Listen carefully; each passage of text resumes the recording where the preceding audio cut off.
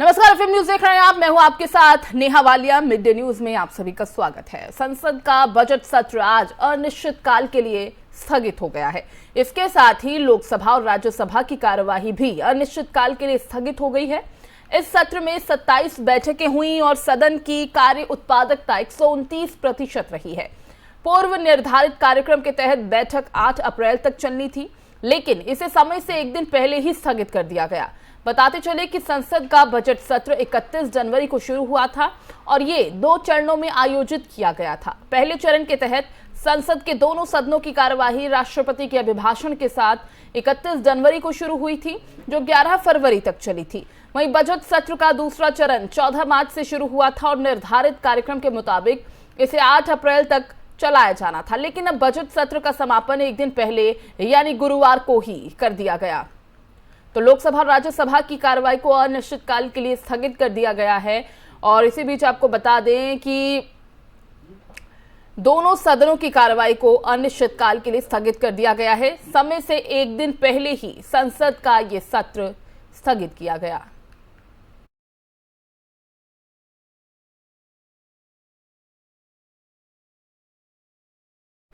वहीं दिल्ली में एनडीआरएफ की वार्षिक कॉन्फ्रेंस में बोलते हुए गृह मंत्री अमित शाह ने एनडीआरएफ की तारीफ में कसीदे पढ़े। उन्होंने एनडीआरएफ को दुनिया भर की बेहतरीन आपदा टीम बताया। उन्होंने क्या कुछ कहा, सुनवाते हैं आपको। मैं आज इस मंच से गृह विभाग के मंत्री के नाते एनडीआरएफ को बहुत बहुत बधाई देना चाहता हूं। शायद ही किसी संस्था ने, किसी इंस्टीट्यूशन ने अपने जन्म से इतने कम कालखंड के अंदर देश, इतने विशाल देश और 130 करोड़ की जनसंख्या के अंदर अपने काम के प्रति श्रद्धा की निर्मित की होगी। मैं आज बड़े विश्वास के साथ कह सकता हूं कि देश में कहीं पर भी, किसी भी क्षेत्र में, कहीं किसी भी राज्य में, किसी भी जिले में, किसी भी गांव में किसी भी प्रकार की आपदा आती है, जब उनको मालूम पड़ता है एनडीआरएफ एसडीआरएफ के साथ आ गया है, इनकी आधी चिंता और टेंशन समाप्त हो जाता है। इस श्रद्धा की निर्मिति सरकारी परिपत्रों से नहीं हो सकती, कर्तृत्व से हो सकती है। और अनेक घटनाओं के अंदर एनडीआरएफ ने मौके पर इसको जिस प्रकार से रिस्पॉन्ड किया है और लोगों की जान माल की रक्षा की है, इसी के कारण इस श्रद्धा की निर्मित हुई। मोदी सरकार पर जबरन फैसला थोपने का आरोप लगाकर लोकसभा में नेता विपक्ष अधीर रंजन चौधरी मोदी सरकार पर जमकर बरसे। इस दौरान उन्होंने क्या कुछ कहा, वो भी आपको सुनवाते हैं। हम कैसे बात करेंगे, सुबह हम क्या करेंगे, रात को कितने बजे सोएंगे, सब तय करते है सरकार। दिल्ली में कहीं आपको मीट नहीं मिलेगा। क्यों? न नवरात्रि है। पहले क्या नवरात्रि नहीं हुआ करते थे? बताओ आप। तो हम क्या खाएंगे, कैसे सोएंगे, कैसे कौन सा ड्रेस पहनेंगे, हम कैसे चलेंगे, कैसे बात करेंगे, सब सरकार तय कर देंगे। अगर इनके खिलाफ कोई अपना मुद्दा रखने का कोशिश करे तो तुरंत उसको देशद्रोही बना देंगे। सारे देशप्रेमी बीजेपी पार्टी में है, सारे देशद्रोही विपक्ष में है। विपक्ष में जो है सारे देशद्रोही, क्योंकि हम कुछ पूछना चाहते हैं। आम लोगों की जो अधिकार हैं, जो हमारे आजादी के चलते, संविधान के चलते हमें जो जो अधिकार मिले हैं, मूलभूत जो अधिकार है, हमारे फंडामेंटल जो राइट्स है, ये सारे खत्म करते हुए हम कैसे चलेंगे? सरकार की मर्जी पे, बीजेपी के मर्जी पे हमें चलने में मजबूर करेंगे। यही सरकार का रवैया है। गोरखपुर मंदिर पर हमले को लेकर अब आरोपी अहमद मुर्तजा अब्बासी का आईएसआईएस के साथ आतंकी कनेक्शन सामने निकल कर आया है। इस नए खुलासे के बीच यूपी एटीएस लगातार मुर्तजा से पूछताछ कर रही है और उससे मिली जानकारी के मुताबिक उसके सहयोगियों की धरपकड़ में जुटी है। इस क्रम में यूपी से लेकर नेपाल बॉर्डर तक लगातार छापेमारी की जा रही है। मिली जानकारी के मुताबिक एटीएस की टीम ने नेपाल सीमा से सटे नौतनवा में स्थानीय पुलिस के सहयोग से गेस्ट हाउस में छापेमारी कर 2 संदिग्धों को हिरासत में लिया है। हिरासत में लिए गए संदिग्ध बनारस के आईडी से गेस्ट हाउस में रुके थे। अब एटीएस इनसे पूछताछ कर रही है और सूत्रों के मुताबिक मुर्तजा के मोबाइल को जो कॉल डिटेल्स हैं, उनसे पता चला है कि मुर्तजा का सहारनपुर के अब्दुल रहमान के संपर्क में था वो, जिसे एटीएस ने हिरासत में ले लिया है। घटना के दिन दोनों के बीच बातचीत भी हुई थी और यही नहीं, दोनों के बीच रोजाना कई बार बात होती थी और दोनों ने एक साथ नेपाल की यात्रा की थी। वहीं करीब 13 दिन पहले आतंकी संगठन आईएसआईएस ने एक वीडियो और तस्वीरें जारी कर यह दावा किया था कि भारत में आईएसआईएस के 4 स्लीपर सेल काम कर रहे हैं। तस्वीरों में आतंकी हाथ में उसी तरह से हथियार लिए हुए दिखाई दे रहा है जिस तरह के हथियार लेकर मुर्तजा गोरखनाथ मंदिर पहुंचा था और सुरक्षा कर्मियों पर हमला किया था। यह भी खुलासा हुआ कि मुर्तजा आईएसआईएस से जुड़े वीडियो देखता था। अब जांच एजेंसियां इस हमले के आईएसआईएस कनेक्शन की जांच कर रही हैं।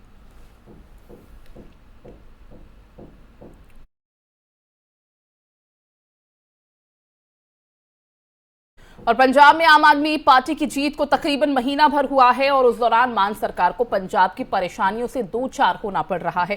ताजा मामला पंजाब के गहराते बिजली संकट को लेकर है, जहां मान सरकार को राज्य भर में बिजली सप्लाई को लेकर मुश्किलों का सामना करना पड़ रहा है। पंजाब में कोयले की कमी है और इसी के मद्देनजर राज्य के बिजली मंत्री हरभजन सिंह केंद्रीय कोयला मंत्री प्रहलाद जोशी से मिलने दिल्ली पहुंचे। हरभजन सिंह ने केंद्र सरकार से धान के सीजन के दौरान जरूरी मात्रा में कोयला उपलब्ध करवाने की मांग की है। प्रहलाद जोशी के साथ मीटिंग में हरभजन सिंह ने 10 जून तक हर दिन 19 से 20 रैक्स कोयला प्रतिदिन पंजाब को देने की मांग की है। हरभजन सिंह का कहना है कि ऐसा करने से पंजाब में कोयले का स्टॉक बनाने में मदद मिलेगी।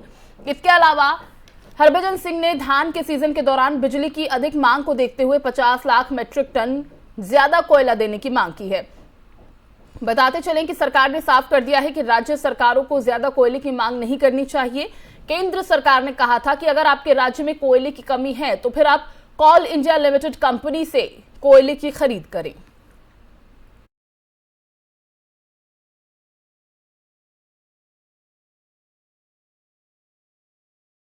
और सीमा पर जारी गतिरोध के बीच चीन की एक नापाक कोशिश का खुलासा हुआ है। चीन भारत के लद्दाख में अंधेरा फैलाने की कोशिश में है और इसी के लिए वो भारत में बिजली क्षेत्र को टारगेट कर रहा है।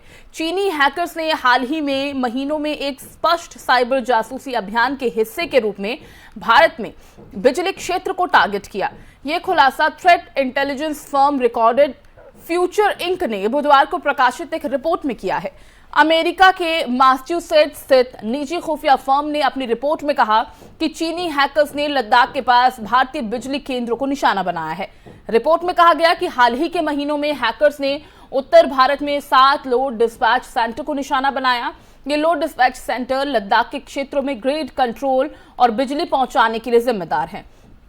इन लोड डिस्पैच सेंटर में से एक को पहले एक अन्य हैकिंग ग्रुप और साथ ही रेडिको द्वारा टारगेट किया जा चुका है। रिकॉर्डेड फ्यूचर की रिपोर्ट में कहा गया कि ये वही हैकिंग ग्रुप हैं जिसे अमेरिका ने चीनी सरकार के साथ जोड़ा था। रिकॉर्डेड फ्यूचर के मुताबिक टैग 38 नामक हैकिंग ग्रुप ने शैडोपेड नामक एक तरह के खतरनाक सॉफ्टवेयर का इस्तेमाल किया है जो पहले चीन की पीपुल्स लिबरेशन आर्मी और राज्य सुरक्षा मंत्रालय से जुड़ा था।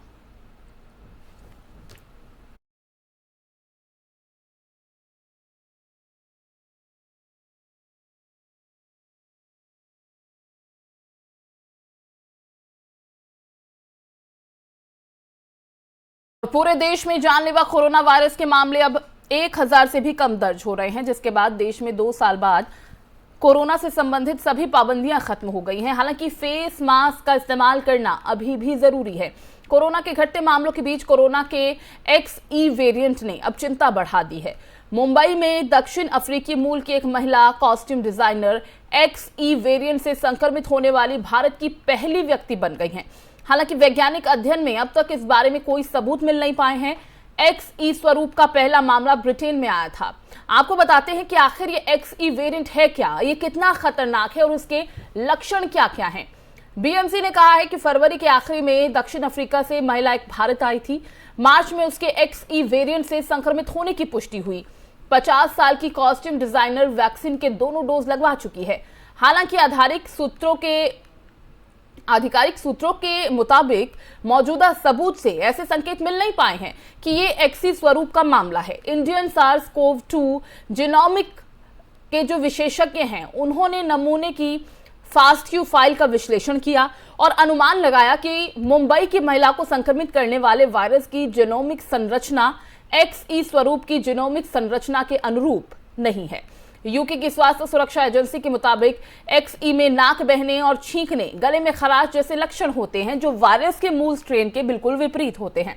क्योंकि मूल स्ट्रेन की अगर बात की जाए तो इसमें आमतौर पर रोगी को बुखार, खांसी की शिकायत रहती है, उसे किसी भी चीज का स्वाद नहीं आता और गंध तक नहीं आती है।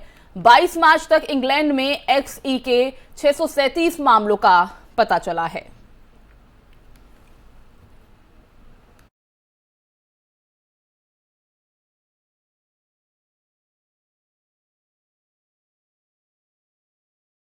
और घाटी में लगातार हो रहे आतंकी वारदातों के बीच सरकार ने अमरनाथ यात्रा की सुरक्षा को बढ़ाने का फैसला किया है।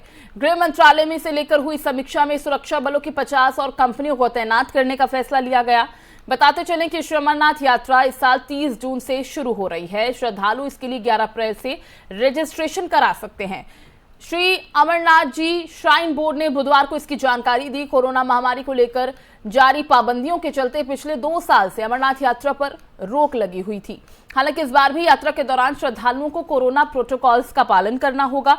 बताते चले कि कोरोना की वजह से पिछले 2 साल से ये यात्रा बंद थी। अब महामारी के केस काफी कम होने के बाद लोग इस यात्रा से शुरू होने से काफी खुश हैं, बेसब्री से इंतजार कर रहे थे। श्री अमरनाथ श्राइन बोर्ड ने यात्रा की तारीखों की घोषणा की है और बाबा के भक्त काफी खुश हैं।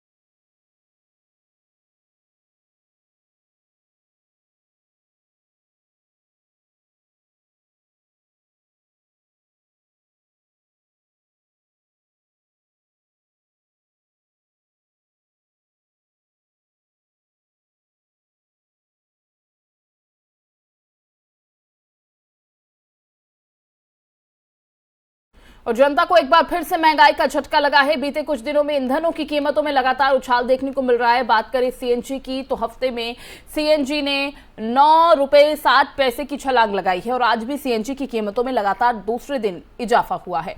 बताते चले कि आज सीएनजी की कीमतें 3 रुपए प्रति किलो बढ़ चुकी हैं, जिसका सीधा असर कैब ड्राइवर और आम जनता की जेब पर पड़ेगा। सीएनजी पर एक हफ्ते में अब तक 9 रुपए 60 पैसे की बढ़ोतरी हो चुकी है। इससे पहले बीते दिन सीएनजी के दामों में 2.5 रुपए प्रति किलो की बढ़ोतरी की गई थी। हिसाब लगाया जाए तो सीएनजी पर आज की बढ़ोतरी सबसे ज्यादा है।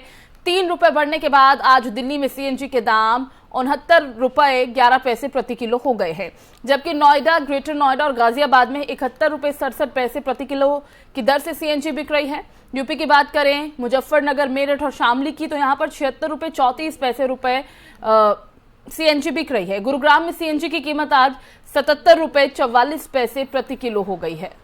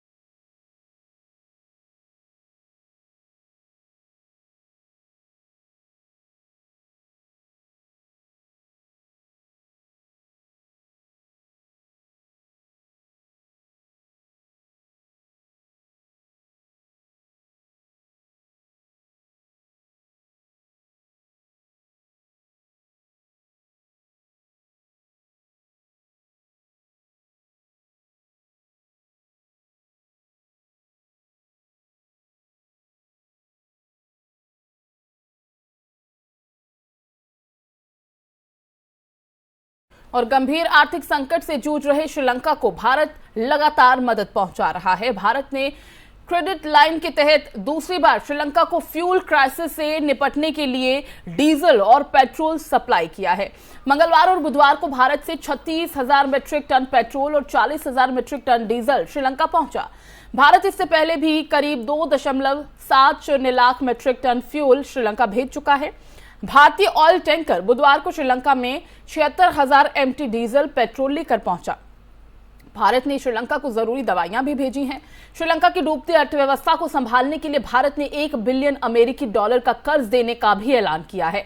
इस बीच गोटबाया सरकार को लगातार जनता का विरोध झेलना पड़ रहा है। बुधवार को श्रीलंका में यूनिवर्सिटी के प्रोफेसर्स ने सरकार के खिलाफ प्रदर्शन किया।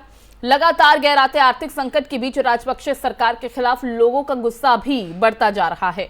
हजारों लोग सड़कों पर प्रदर्शन कर रहे हैं। प्रदर्शनकारियों का कहना है कि सरकार के पास पैसा इसलिए नहीं है क्योंकि उसने सब कुछ चीन को बेच दिया है। बुधवार को लोगों ने कहा कि राजपक्षे परिवार को देश को बर्बाद करने से रोकना होगा। विपक्षी दल भी सरकार के विरोध में सामने आए हैं।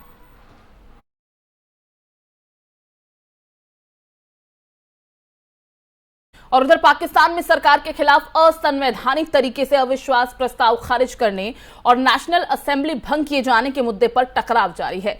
सुप्रीम कोर्ट में इस मामले पर सुनवाई जारी है। इमरान खान लगातार आरोप लगा रहे हैं कि अमेरिका के इशारे पर अविश्वास प्रस्ताव लाया गया। वो विपक्ष को देशद्रोही भी करार दे रहे हैं। विदेश मंत्रालय इमरान और उनके मंत्रियों की बयानबाजी से सख्त नाराज है और दूसरी तरफ विपक्ष ने साफ कर दिया है कि वो सरकार के खिलाफ पूरे पाकिस्तान में प्रदर्शन करेगा। द एक्सप्रेस ट्रिब्यून की बुधवार देर रात जारी रिपोर्ट में कहा गया है कि फॉरेन मिनिस्ट्री के सीनियर अफसर्स ने अमेरिका का नाम लिए जाने पर सख्त ऐतराज जताया है। इन अफसरों के मुताबिक सरकारें और नेता बदलते रहते हैं, लेकिन इस सरकार ने जो किया है उसका पाकिस्तान को बहुत सख्त और बहुत लंबे समय तक खामियाजा भुगतना पड़ सकता है। रिपोर्ट के मुताबिक फॉरेन मिनिस्ट्री के अफसरों ने नाम न छापने की शर्त पर कहा, अब हमारे एम्बेसडर्स भी विदेश मंत्रालय को खुलकर सारी बातें नहीं बताएंगे। उनके जहन में ये डर बन गया है कि उनके किसी लेटर को कभी भी पब्लिक डोमेन में लाया जा सकता है, जबकि ये साफ तौर पर सीक्रेट होते हैं। अमेरिका और यूरोप से संबंधों पर इसका बहुत गहरा असर होगा। हम ये नहीं भूलना चाहिए कि हमारे डिप्लोमेट्स ही दुनिया में हमारी आंख और कान होते हैं।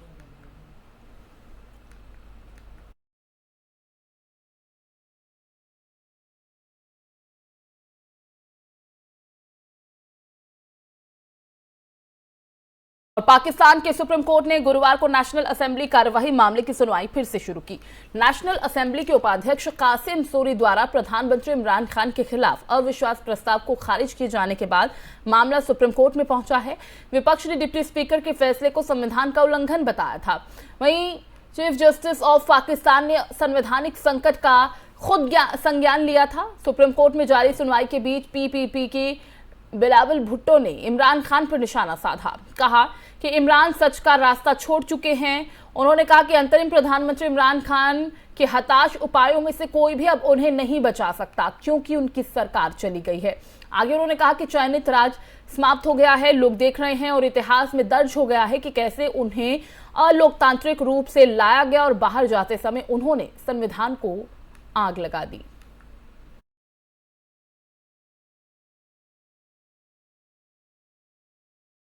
पूर्व विदेश मंत्री और पीटीआई के वरिष्ठ नेता शाह महमूद कुरैशी ने एक प्रेस कॉन्फ्रेंस कर पीएमएलएन की उपाध्यक्ष मरियम नवाज द्वारा उनके खिलाफ लगाए गए आरोपों का खंडन किया है, जिन्होंने कहा था कि विदेश मंत्रालय एक फर्जी पत्र विवाद में शामिल था।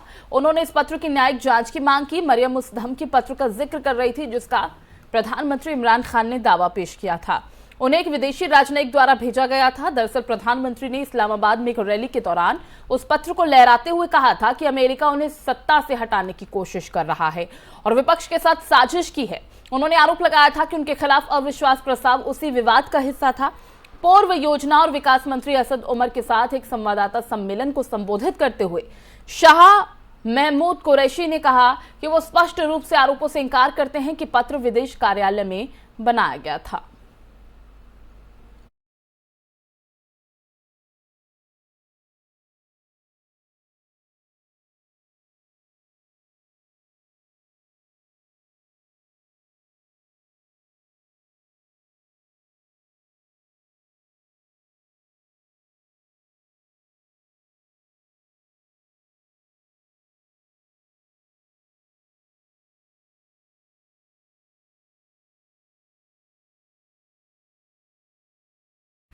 अपने घर पर ईडी की छापेमारी के बाद संजय राउत ने क्या कुछ कहा, आपको सुनवाते हैं। 1971 का जो भारत पाकिस्तान का, हिंदुस्तान पाकिस्तान का जो युद्ध हुआ, बांग्लादेश वॉर, जो हमने जीत लिया, पाकिस्तान के टुकड़े टुकड़े कर दिए, उसमें बहुत बड़ा योगदान रहा हमारे नेवी का, और ख़ास करके आईएनएस विक्रांत, ये विक्रांत की स्थिति जब खराब हो गई, उसको मेंटेन करना मुश्किल हो गया, तो कुछ लोगों ने मांग की हमारे देश के कि आईएनएस विक्रांत हमारी राष्ट्रीय सुरक्षा का सबसे बड़ा अभिमान है, उसके ऊपर आने वाली हमारी जो पीढ़ियाँ है उनके लिए एक म्यूजियम बनाएंगे कि किस तरह से हम युद्ध लड़े थे और जीते थे। तो युद्धपोत थी, तो लेकिन 200 करोड़ के आसपास उसके लिए जो फंड चाहिए था वो सरकार या केंद्र सरकार दे नहीं सकी। महाराष्ट्र से और पूरे देश भर से उसके लिए मूवमेंट चला। महाराष्ट्र से हमारे सभी पार्टी के नेता दिल्ली में आते थे। उस वक्त के डिफेंस मिनिस्टर एंथोनी हो या प्रधानमंत्री जी हो, सबको मिलते थे। उसमें अर्थात किरीट सोमैया भी थे। अगर सरकार की तरफ से हाथ खड़े कर दिए कि ये नहीं हो सकता है, तो महात्मा किरीट सोमैया ने एक मूवमेंट चलाया कि अगर सरकार के पास पैसा नहीं है, सरकार भिखारी है, तो आईएनएस विक्रांत के लिए बचाने के लिए जितना भी पैसा चाहिए वो मैं इकट्ठा करके दूंगा। 200 करोड़ 300 करोड़ के आंकड़े बड़े बड़े लेते थे। उसने महाराष्ट्र की और देश की जनता को आह्वान किया, और पूरे महाराष्ट्र में और महाराष्ट्र के बाहर भी अपने वॉलंटियर्स के साथ सेव विक्रांत के टी शर्ट्स और जर्सी डालकर मुंबई के एयरपोर्ट्स, मुंबई के सभी रेलवे स्टेशन, मुंबई के सभी इलाके, वहाँ एक मूवमेंट चलाया पैसा इकट्ठा करने का।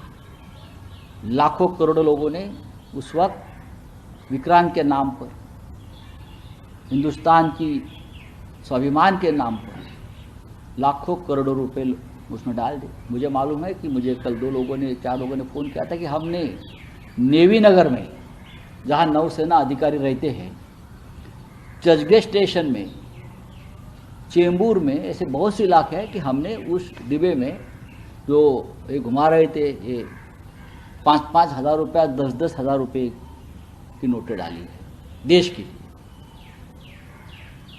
मेरे हिसाब से, मेरे पास जो जानकारी है, 50 करोड़ से भी ज़्यादा रकम उस वक्त ऑफिशियली जमा ये लोगों ने की। मुख्यमंत्री योगी आदित्यनाथ के खिलाफ भड़काऊ बयान देने वाले सपा विधायक के पेट्रोल पंप पर बुलडोजर चला है। जी हां, शेजुल इस्लाम के पेट्रोल पंप पर योगी सरकार का ये बुलडोजर चला है। बरेली विकास प्राधिकरण ने उनके सिबीगंज स्थित पेट्रोल पंप पर कार्रवाई कर दी। सपा विधायक के पर आरोप है उसने बिना नक्शा पास कराए पेट्रोल पंप बनवाया था, जिसके बाद इस पर बीडीए का बुलडोजर चलाया गया। पेट्रोल पंप पर सिर्फ मशीनों को छोड़कर बाकी चीजों को धराशायी कर दिया गया। तस्वीरें आपके सामने हैं। पुलिस के साथ ही पीएसी के जवान भी मुस्तैदी से वहां डटे रहे और अफसरों को जमीन के सीलिंग की होने की भी जानकारी मिली। इसकी जांच कराई जा रही है और उसके बाद माना जा रहा है कि शेजुल पर और भी शिकंजा कसा जा सकता है।